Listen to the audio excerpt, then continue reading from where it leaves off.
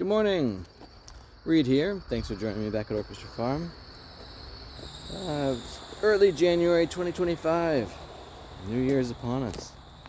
And it's my first day back at work for the year after a pretty significant holiday session.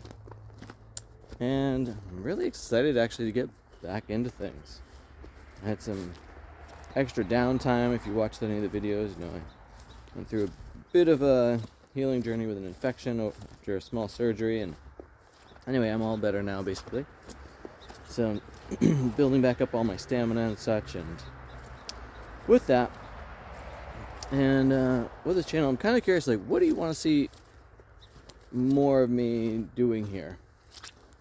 And with that, I wanted to talk about this thing of freedom. And like, what does that mean to you? I'm going to tell you a little bit about what it means to me, and a couple variations of it. So there's like the freedom to choose, this idea of like your will, or even willpower, depending on how you're looking at it. And with that, there's like a lot of different lifestyle choices that we can make that coincide with that. Now, maybe that's like the kind of work that you do. Maybe that's the kind of place that you live. If you're interested in this channel right now, you probably have some kind of a connection to the earth. You might have a garden or a small farm. And, maybe you keep some animals.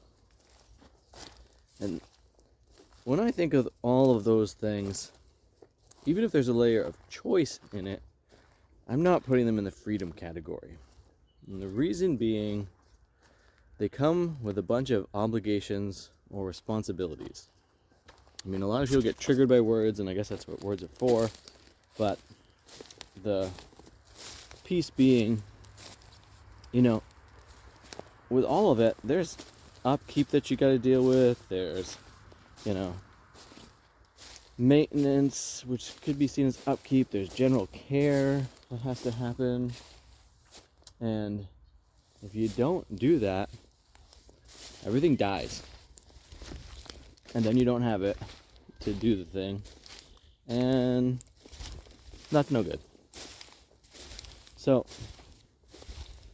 it is a choice, but it's not quite freedom. And then there's travel. The ability to like go places. That might be seen as a kind of freedom. But having done a fair bit of that in my day, I don't know that I would actually put that in the freedom category. And I say that from the stance of like, there's still a whole bunch of responsibilities or obligations, depending on how you look at it, that come with that. And when I traveled, I did it super low key. And some people might even think some of the things I did were sketchy, like I would stay in abandoned buildings at times, and I took a fair amount of risks. So, but all of it comes with, staying up on whatever balls you're keeping in the air. And then there's my artistic process. So I like painting, writing, and music making. And in particular, music, I think, has the most amount of freedom. With painting or writing, there's a page or a canvas that you kind of need to stick to.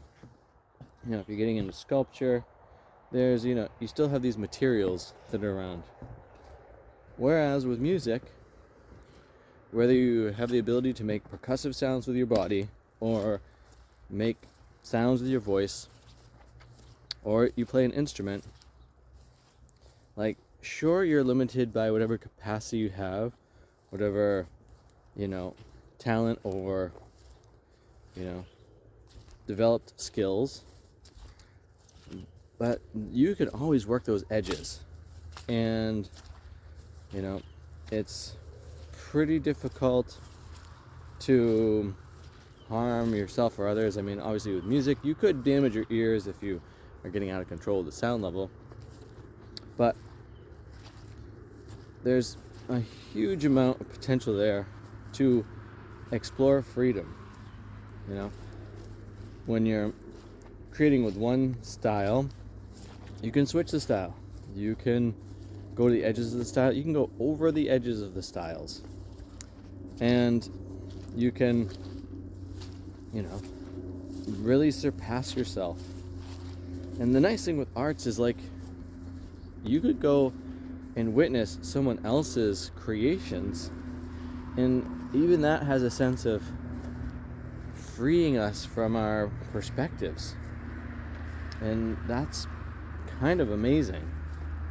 Now, I didn't talk about spirituality at the beginning of this, but I'm going to toss it in there, both because I find the arts are a great way to explore spirituality, but also if you're practicing a given spiritual tradition or something like that, you know, there's a lot of guardrails that are there, which, you know, aren't exactly a freedom. They're more like a responsibility or an obligation, again, depending on where you sit with it. And, you know, all of those different choices or inherited things might look like freedom from one standpoint, but then aren't quite that from another. And I bring all this up to say I'm pretty excited about getting to show a bunch of my artwork. Later this month, it's going up for 3 to 6 months at a local credit union. You know, an odd space to show art, but I kind of like odd spaces for things. And I am getting ready to release my next album project. More about that in the coming moments. But really, I'm aiming to bring my arts more onto the picture. And even in my artist statement for the show that I'm doing, I put the notion of, like, yes, painting, writing, music, but I also said basically anything can be done artfully. And, you know, that's a lot of, like, intention. And the two aspects that move us from being creative to being artists, from my perspective, is sharing that with others. So when I'm making these videos, part of my life is being shared with you, and part of my intention for that is having my life more as this work of art. Time to get to work. So with that, I hope that you're finding ways to bring your creativities into that artistic zone, and to have all your different bits of life in some fashion or other shared with others, because we are social creatures and this does matter. To which I want to say thanks for watching. Thanks for being part of this channel. Thanks for subscribing to it. Thanks for liking the videos. Thanks for all your comments, because I would love to hear what you think about freedom, what you think about your creative process or your lifestyle, and make sure you have too much fun.